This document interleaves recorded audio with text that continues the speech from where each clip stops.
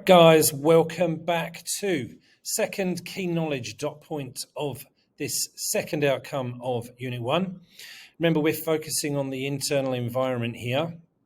And one of the first decisions that you would need to make when you are planning your business is what type of business structure that you are going to operate. Okay, so types of business structure is what we're looking at here. So here is our study design, the second look at this one, and this is the one we're looking at today. Now, this is another one that has a script. So it says types of businesses such as, and then it lists 6 types of business structure. Now, that is important because if you Googled types of business structure, you're not necessarily going to get returned those 6. There's different ways of kind of cutting these up. If you found international websites, they would kind of call them different things. So it's really important that we follow the script. In other words, follow the 6 that we have here, as opposed to choosing any others that may exist in the real world. Remember, stick to the script. So what is this all about? So like I said, one of the first decisions a potential business owner is going to have to make is what type of business structure to use. And really what we're talking about here is the legal structure of the business. Okay. Now there's 6 identified in the key knowledge dot point, as I just said. Those are the 6. So sole trader, partnership, private limited company, public listed company, social enterprise, and government business enterprise. Now, when we talk about type of business structure, like I said, this is a legal structure. When you are buying from a business, even if you visit a business, you won't necessarily know what the legal structure of that business is. This is kind of something that sits behind the scenes. Okay, as we go through this, you might see 1 or 2 clues that indicate sort of one way or the other. But just physically going into, a business on Weir Street, for example, you don't know what type of legal business structure it is, unless maybe they have the name across the door and there's something included in the name that might give you, which we'll get to later. But yeah, this is a legal business structure. As a customer, you might not even know the legal structure of the business that you're buying from. It's kind of irrelevant to us. It's more about how the business owners want to set things up legally. That will make more sense as we move through this. So the point is, each of these 6 structures has different features, and therefore each comes with advantages and disadvantages. Okay, so this is where this choice comes in. As a business owner, you have a choice amongst these different structures. So you need to be aware of the features and what the advantages and disadvantages of each of them are compared to the others, so that you choose the best legal business structure for your situation, for your business. Now, a point to note. Now, this is one of those times where I kind of disagree with something that study design says, okay? There are 6 business structures, that's fine. But because we're talking about planning a business, in other words, setting up some kind of a new business, 2 of them are not actually options for you, okay? You can't just from scratch set up a public listed company, and you can't just from scratch set up a government business enterprise, realistically. If you are a potential new business owner, your choices are from the green ones there. And in fact, social enterprise is a weird one to include in this list, because social enterprise is a little different. And if you're running a social enterprise, you would still need to really choose either number 1, 2, or 3 as well. But we're going to kind of stick with how the study design treats this and how questions tend to work rather than kind of reality. So anyway, let's get into this, see where we go. So let's start with sole trader. Okay, so a definition of a sole trader. Very simply, a business structure that is owned and operated by one individual. Okay, the key there really is owned. And when we say operated, it doesn't mean that the sole trader, the owner, is the only person working in the business. You can hire other staff, but you're the owner, you are the person responsible for the business if you are the sole trader. So it doesn't necessarily mean a one-person business. Now, just a bit more description around that. This is the simplest and cheapest legal business structure to use. So if you think back what I said about advantages, disadvantages, we're already there we've highlighted an advantage of taking this option. Okay, so the owner operates under their own name or a registered business name, and they make all the decisions about the business. They take all of the profits or the losses, and they are legally responsible for all aspects of the business. Okay? What's key here is the owner and the business are the same legal entity. That means this business is unincorporated as opposed to an incorporated business, which we get onto, where we separate the owner and the business from a legal point of view. And what this means is, because the owner and the business are the same legal entity, that means the owner here has unlimited liability. Okay, we're going to mention that term a few times in this video. Basically, what that means is, if things go wrong, the business fails, or the business ends up owing money, the owner's personal assets are at risk of being seized. Because from a legal point of view, the owner and the business are the same thing. So if the business owes money, the owner owes money. And we get onto differences when we start setting up companies, how that can be sorted out. You'll see the flip side of that.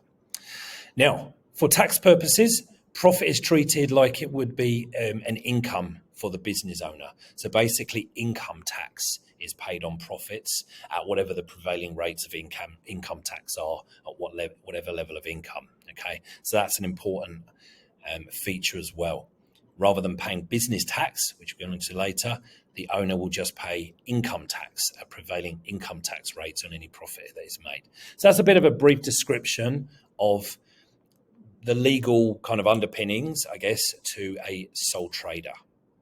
Now, we're going to take you through advantages and disadvantages of each of these. But if you think about, this will make more sense once you understand the other structures as well. But if you're talking about advantages and disadvantages, like an advantage is kind of in comparison with something else, because the reality is, when we're talking about planning a business, if you're going to be going into business on your own, really your choices are setting up a sole trader, like what we're talking about here, or setting up a private limited company. Whereas if you're going to go into business with one or more other people, really, we're going to be doing either a partnership or a private limited company.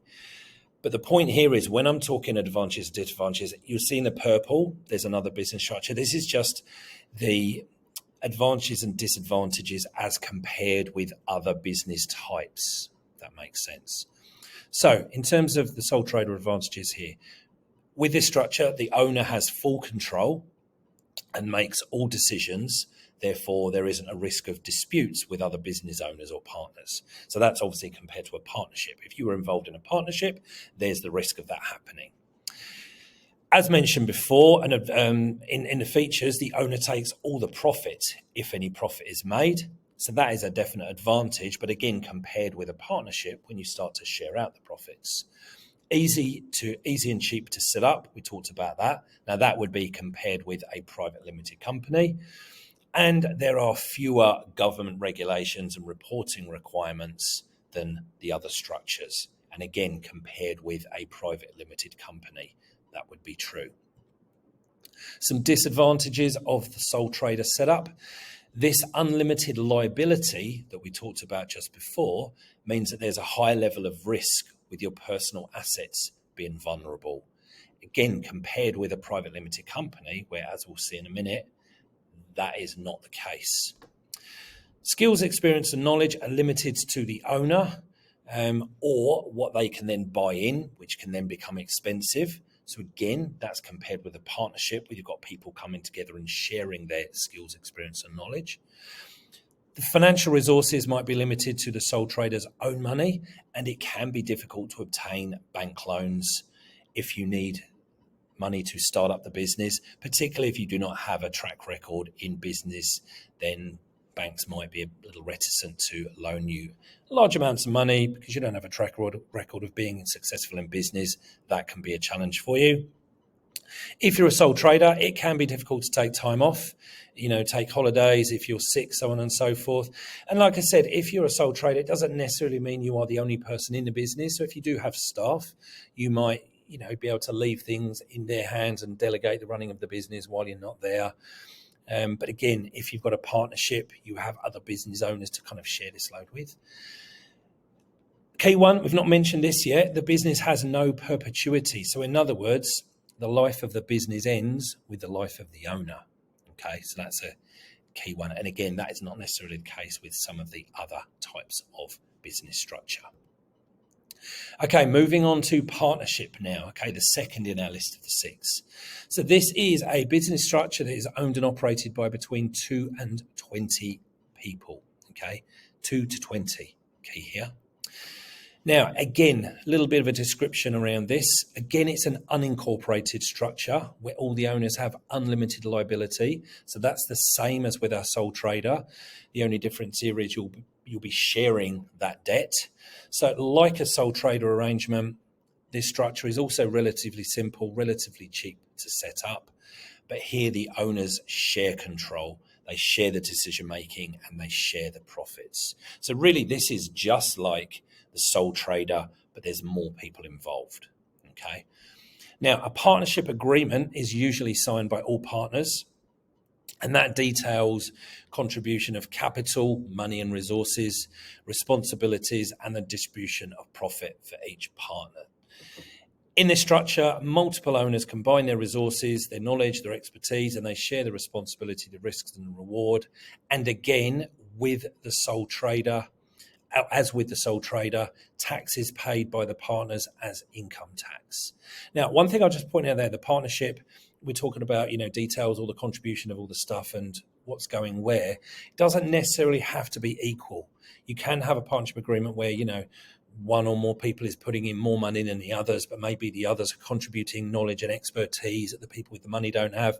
So it doesn't have to be completely equal, but that will be set out in the partnership agreement. Who's contributing what and who takes out what. It doesn't have to be equal. But yeah, you can see, again, I stress, this is really very, very similar to a sole trader. The only difference is there's more people, so there's more people involved in sharing the ins and the outs of the business. Okay, so advantages. Look, as compared with a sole trader, you're now sharing risk rather than taking it all on yourself. We now have a greater range of knowledge, skills, and experience, which kind of comes together, which can be really, really valuable when we're planning and setting up our business. We're now getting financial resources contributed by multiple people as opposed to just one. The workload can be shared, meaning it's easier to take time off. Again, simple and inexpensive to operate. And again, that's compared with a private limited company, which we get to. And there's not too many government regulations and reporting requirements involved, again, as compared with a private limited company. Disadvantages, control and decision-making is shared. Which, it can be an advantage, it can be a disadvantage, but I guess the risk here is, are we all going to agree all of the time? Okay, that's the risk here. If decisions need to be made, if we've got multiple partners, are they always going to agree? So it can lead to the disputes, which is the second one, disputes. Personality clashes, golden rule, be careful who you're going into business with. Okay, there's a thing, don't mix business and pleasure. Just because you're friends doesn't mean you're going to make great business partners. Okay, I've known several friends who are no longer friends because they went into a business together that kind of didn't work out and the friendship broke up. So be careful there. Disadvantage here, again, unlimited liability leading to personal assets being at risk. And again, that's compared with setting up as a private limited company where you would be protected. If one person leaves the partnership, there's time and effort in setting up a new partnership. And finally, profit is shared. Again, that's compared with a sole trader. So if I'm the sole trader, I'm taking all the profit. But if I bring partners on board, we're now going to share the profits. Okay, private limited company. So this is the first time that things are a little bit different here. Okay, so this is an incorporated business structure. Remember before we introduced the concept of being unincorporated. So this is incorporated, and that means that the owner or owners are legally a separate entity from the business. We have between 1 and 50 shareholders or owners here. Okay, so a little bit of meat on the bones. This incorporated legal structure owned by up to 50 individuals called shareholders. They've been approved by the board of directors. The group are in charge of the company. Okay. Now here's the key, or one of the keys. Shareholders have limited liability as opposed to unlimited liability, so that their personal assets are now not at risk, and they expect a return on their investment in form of dividends, which is a share of profits. Okay, they can only sell their share in the business to someone approved by the board of directors. There's a little bit more control around what you're allowed to do here. Okay, but this idea of limited liability, because now we're incorporated, the owners legally are separate from the business. So if the business incurs debts which need to be paid, as an owner, you cannot personally be chased for those debts. So no longer are your personal assets at risk. Okay, so that's a really, really key point to remember here, this difference between limited liability and unlimited liability. The only thing that the shareholders here can lose is their original investment in the business if things go wrong, nothing beyond that. Now, one clue if you are interacting with businesses that would give the game away as to that this is actually a private limited company is identifiable by Pty Limited, proprietary limited, being used in the business name. Okay, so if you ever see so-and-so Pty Limited, that tells you that this is a private limited company. And finally, taxes paid on business profits now at the prevailing company tax rate. So here's a difference between this and the sole trader and the partnership. So the business is making a profit, and those profits are taxed at whatever the prevailing company tax rate is. In Australia, it's between 20 and 30%, depending on the amount of profits being generated and some other factors around the business, but sort of 20 to 30%, which is actually lower, particularly if you're making a lot of money, is lower than the income tax. So again, when we're talking about decision making around which structure to go for from a tax point of view, if you're thinking thinking there's a possibility of generating quite an income from a tax point of view, it would make sense to set up as a private limited company rather than a sole trader or as a partnership. Okay, advantages of this one. Limited liability for shareholders, so personal assets are not at risk. We've talked about that. The only exposure that you have is your original investment in the business, already mentioned. Broader range of expertise and knowledge may be accessed by including other people. Perpetuity, the life of the business continues if directors or shareholders change. Okay, that's key. So the life of the business extends beyond the owners. Banks also tend to be more willing to provide loans to incorporated businesses than to unincorporated business. That's another key thing when you're thinking about what are you setting up. It could be easier to access finance if you set up this way. Disadvantages, it's more expensive and complex to set this one up than the previous two unincorporated structures. It's not crazy difficult, but it is more complex. There is more hoops to jump through than if you were doing one of the previous two. And there is also a bit of increased regulation from the government around incorporated businesses and slightly more complex reporting requirements, such as the production of an annual report for shareholders and a few other things which you would not need to do if you were running as a sole trader or a partnership. Okay, just some examples of private limited companies. And the reason I kind of throw these in there is because once we've done all of these, people tend to think these huge businesses out there that are kind of, we're all aware of are always public companies. We've not yet talked about them yet, but when we do, people tend to think these huge businesses out there employing thousands of people and making millions and millions of dollars are all public companies. That's not the case. Some of Australia's huge companies are still private limited companies, and here are some examples here. So remember, these would all have Pty Limited at the end of their name when you see the full name. All right, moving on to public listed company, our fourth one. Now remember, I said at the beginning, this is not an option for you when you are planning to set up your own business, okay?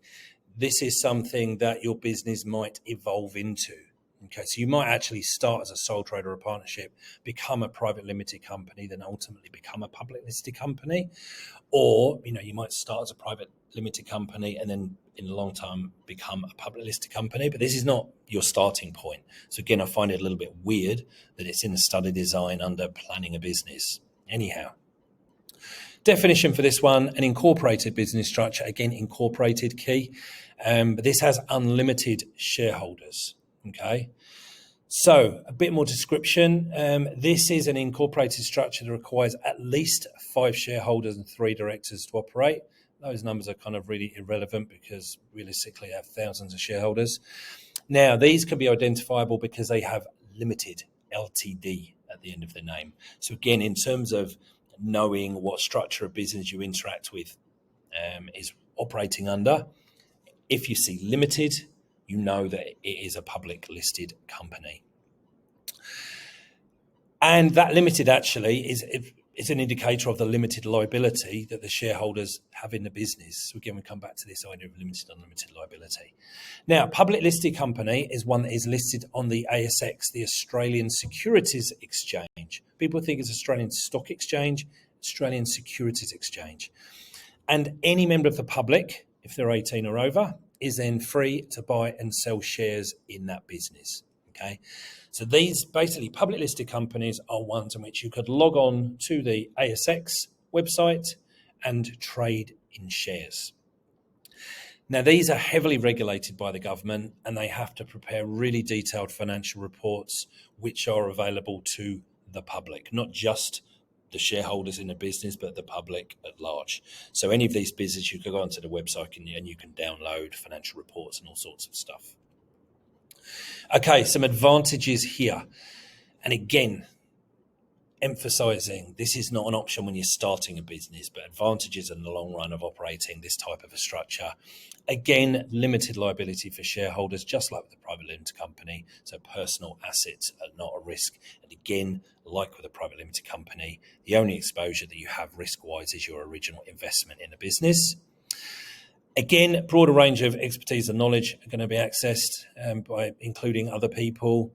No permission needed to trade shares. Literally, like I said, you just log onto the website. Anyone 18 or over can do this and buy and sell shares in any ASX listed business. And I think there's a couple of thousand of them at any time of day or night. And if you're operating this type of structure, you have greater access to capital meaning money, because shares can be purchased by the public. And there's ways in which you can do this by doing share offerings and stuff to create more money for the business, selling extra shares. It gets quite complicated. We don't need to understand that here, but just understand that you do have greater access to money if you need it by playing around with the way that the shares are traded, essentially. Disadvantages of this one. It is much more expensive and complex to set this structure up than the 2 previous unincorporated ones and even a private limited company. But like I said, you would be going from probably a private limited company to this type of structure. And again, many, many hoops to jump through, lots of processes, lots of criteria you'd have to meet before you could become a public listed company. Very, very complex. And there is this huge increase in government regulation around this type of business, and these much, much more complex reporting requirements, the annual report for shareholders, and lots of other stuff, all of which, like I said, you can access from the website from these types of businesses. So again, I'm just pointing out again, not a realistic option for a startup business. It was not an option at all for a startup business. Some examples of some of Australia's listed companies: Wesfarmers, Commonwealth Bank, CSL, BHP Billiton, Woolworths. And like I said, I think there's 2,500 of these. You could log on to the ASX website and see details. And this is something that, a lot of Australians do. In fact, most adult Australians actually own shares by default because they have superannuation. Okay, so I'm assuming you understand what superannuation is, and some of you will already have some superannuation if you've had a job for a while. But our superannuation funds tend to be at least partly made up by share portfolios. You may or may not even be interested or know what form your superannuation is in, but often it is in the form of shares, or at least some of it is. So you may actually already kind of own some shares without even realizing it. Now, the fifth one was social enterprise. Now, definition of this is private sector business that exists with the purpose of fulfilling a social need through the distribution of profits to benefit a specific cause. And that cause is generally like environmentally based or community based. Now, we have kind of come across this idea when we're in the very first outcome, we were talking about objectives. And we were looking at, so we came across the idea of a social enterprise. Here we're just kind of nailing that down a little bit further. Now, this is the key, right? The primary reason for the being of the business is not to make the owner wealthy. It's more about helping this social cause, but it's helping that social cause through the operation of a successful business. This is key. So as of 2022, there were over 3,500 social enterprises trading across Victoria, over 12,000 in Australia as a whole, employing around 60,000 people and contributing over $5 billion to the Victorian economy. Now, again, you might have dealt with a social enterprise without even knowing it. Okay, sometimes they're a bit more obvious in their presentation in terms of being a social enterprise. Sometimes it's a bit more subtle, but you may have been into, for example, there's some cafes. There's plenty of cafes and food businesses in Melbourne which actually are social enterprises, and you might have gone into one of those cafes and bought a coffee and not actually even have realised that you were in a social enterprise. Now, the whole point of social enterprise is they have to be commercially viable businesses that make a profit. Okay, this is not a charity where people, it's just donations which are then given to the cause. Okay, social enterprise is a commercially viable business that has to make a profit. The key difference here is what happens to that profit once it's been made, and the reality there is minimum of 50% of that profit must be directed to your social cause or social causes. So they are owned and operated by a group of people. And this is where it crosses over, because they could be set up as a sole trader, a partnership, or a private limited company, or even a trust, which is another type of structure which we don't need to know about. This is where there's some overlap, because this isn't really a legal structure. It's kind of it's weird that it's in this list, but that's how VCAR treats it within the study design. So we're just going to follow through with that. But realistically, the actual legal structure could be one of the other ones that we're looking at today. But the point is, the business is operated in the interest of the organization's cause. Okay. Social enterprises should earn the majority of their income through trading rather than through grants, donations, or other types of funding they can access. And like I said before, they must divert at least 50% of their profits to their social cause. Whereas charities, this is where the difference is. Charities rely on donations and grants from government. That's their funding. But social enterprises have to develop a self-sustaining business with its own income stream. So that's the difference. Don't get confused between a social enterprise and a charity. Charity isn't running a business. Okay, some charities sometimes sell stuff, is one of their sources of revenue. But largely speaking, they're funded through donations and grants, whereas a social enterprise is funded through the profit that it generates through a commercially viable business. So just a little bit there. Okay, so I've just explained that part in the red at the bottom. So an example, I'll give you a couple of examples. So thank you. So in my class, I've already mentioned thank you. Thank you, social enterprise that was started in 2008. It's been running for a pretty long time now. Originally from sales of water, body care, and some food products, the company donates funds to safe water, hygiene and sanitation programs, and food security programs in 16 underdeveloped nations. So that was the reason for the starting of Thank You. is to raise money for those schemes in these countries. Okay. Now, when you go to the supermarket and you buy now they actually got rid of the water. Long story around that. Don't worry about that. But now it's really the hand gels and lotions and potions and stuff that you see in the supermarket shelves. You may not even realise that you are purchasing from a social enterprise. I mean, for all intents and purposes, it just looks like the other products on the shelves that they compete against until you start reading the labels and you know there's a bit of an explanation about the social enterprise angle of the business. But yeah, you wouldn't necessarily even know that you are purchasing from a social enterprise with this one. Street is it's a Melbourne-based one. This is a hospitality-based social enterprise. So this one provides training and support to disadvantaged young people through a range of outlets that they run using cafes, kiosks, there's a bakery, and there's a catering company. And what it does is reinvest 100% of its profits from the operations of all of those businesses into their cause.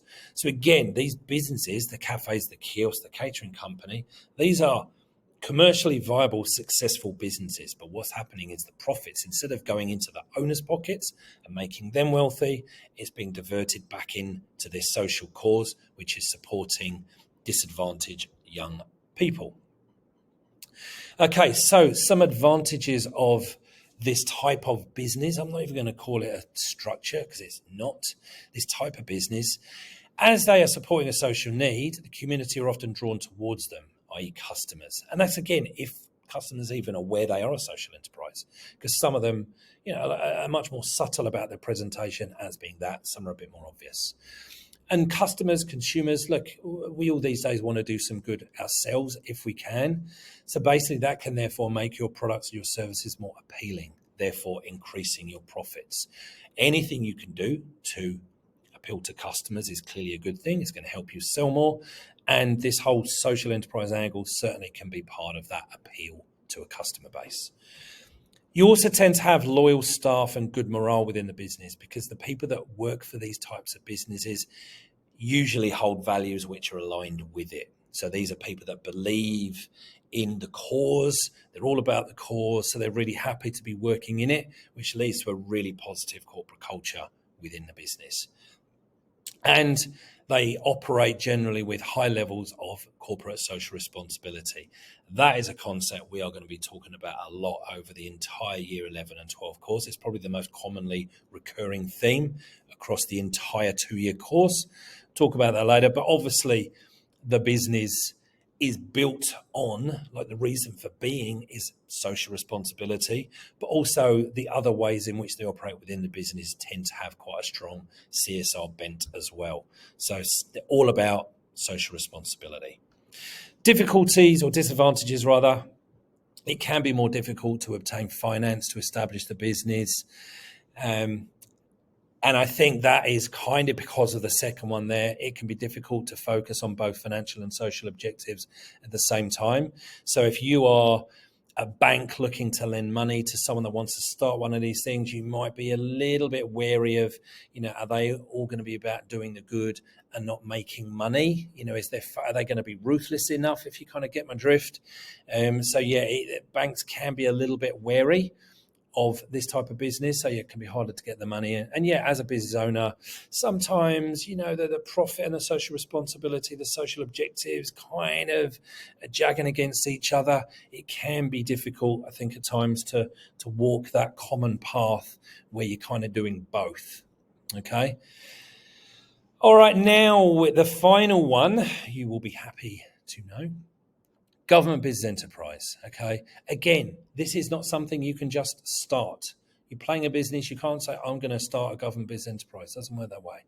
So again, weird that it sits in this list, but it does.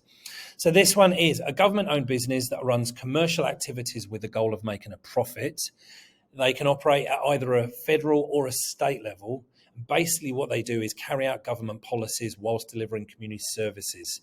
Essentially, these are businesses which they basically fulfill a social need.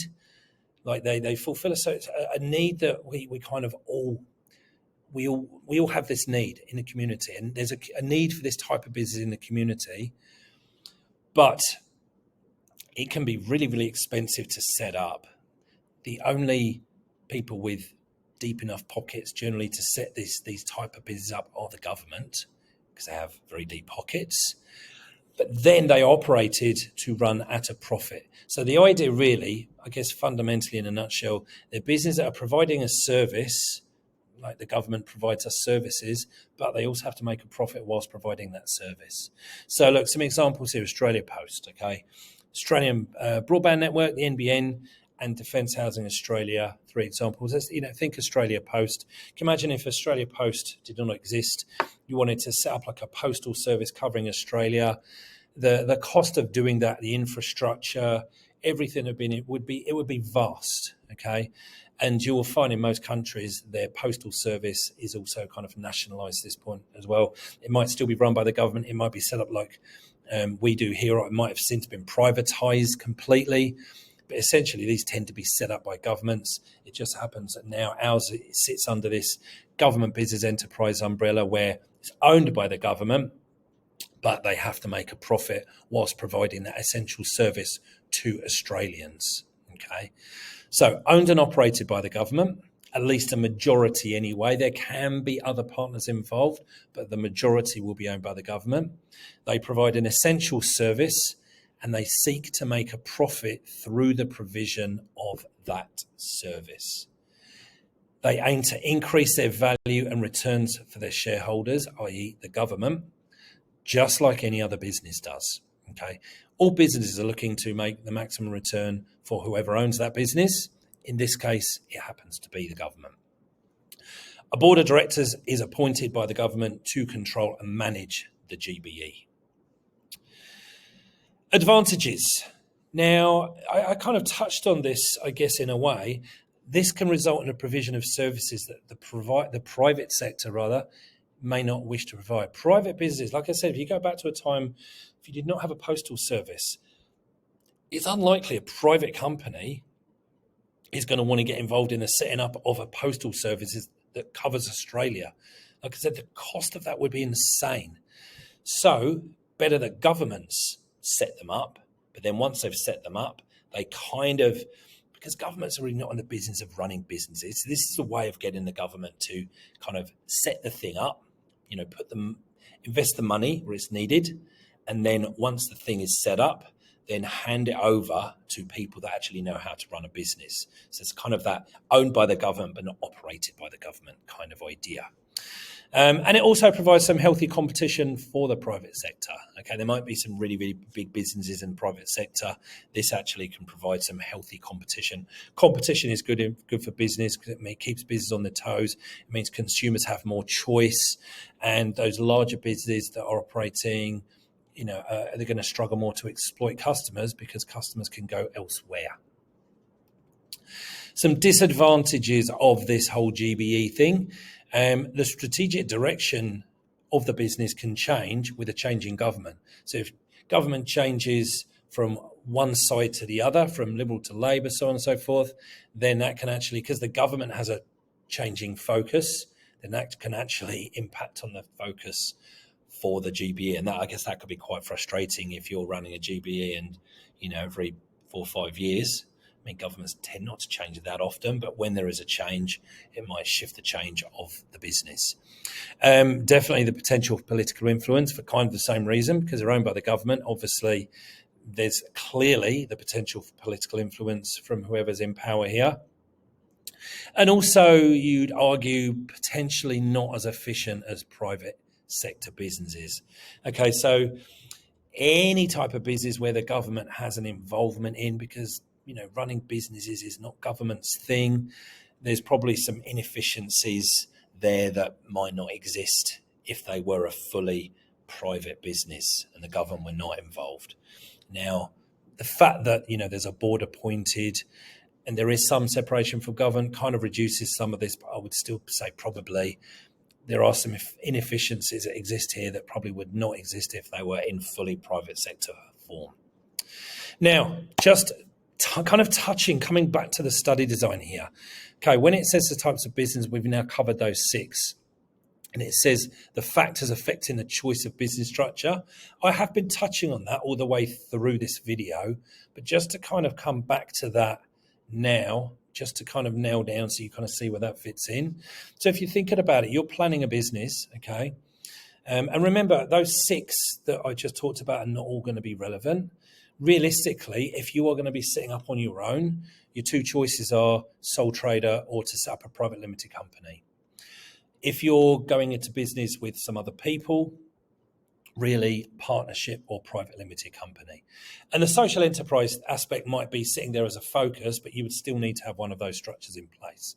So when we talk about the factors affecting the choice of structure, you're thinking about the cost of, the cost of running them. So remember, we said that partnerships and sole traders are cheaper to set up and operate than a private limited company. The level of risk. Now, your personal assets are going to be more at risk if you're operating as a sole trader or a partnership, as compared with if you set up as a private limited company. So you can see that whilst a private limited company is more expensive to set up and more complex and all the rest of it than your sole trader or your partnership, you've got to weigh that up with, the risk of your assets being potentially seized if the business fails. You got to think also that going back to the tax, if you're set up as a company, it might cost you more to set up and run, but in the long run, particularly if you're making a lot of profit, ultimately that's going to be tax less if you're a business as opposed to operating as a sole trader or a partnership. Level of control. Now, this again comes down to maybe, should I go into business with other people or should I go into myself? Access to resources, funding, we've mentioned that a few times. So basically what we're saying is here, you need to think about all of these factors together and make a choice of which kind of route you're going to go down based on a combination of all of them. Because when you look at all these different types of factors, the different business structures, some of them are going to be, good in that area and bad in others. So you really do need to look at all of these in combination and make a choice based on that kind of combination of all of them together. So cost, how much is each going to cost to set up and maintain? Private limited company is going to have higher costs than the sole trader or the partnership. High level of risk with sole trader and partnership because of unlimited liability. Lower level of risk with private limited company, so on and so forth. So is it worth taking up the hit of the extra cost of setting up a private limited company if it will keep your personal assets safe? So these are the decisions. These are the things you need to be thinking about, okay? So this just gets into the more specifics about these different areas, okay? That's what we're talking about with this last part of the study design dot point here, okay? Thinking about all of those factors we've talked about throughout this whole thing, all those advantages and disadvantages, and making a choice based holistically. And that is it for our types of business structure. You should have a pretty hefty set of notes here. You really want to make sure they're organized and you really understand all the different things I was talking about there. If you are unsure on any of that we'll discuss in class, but make sure you ask your teacher. You really, really want to be clear about this stuff. This also is actually one of the key knowledge dot points that also kind of pretty much replicates in year 12 as well. So this is a really good one to have your head around because this will be very familiar to you in about a year when you start the year 12 course too. Anyway, I'll leave it with you for now. I'll see you in the next video for key knowledge 3. Cheers for now.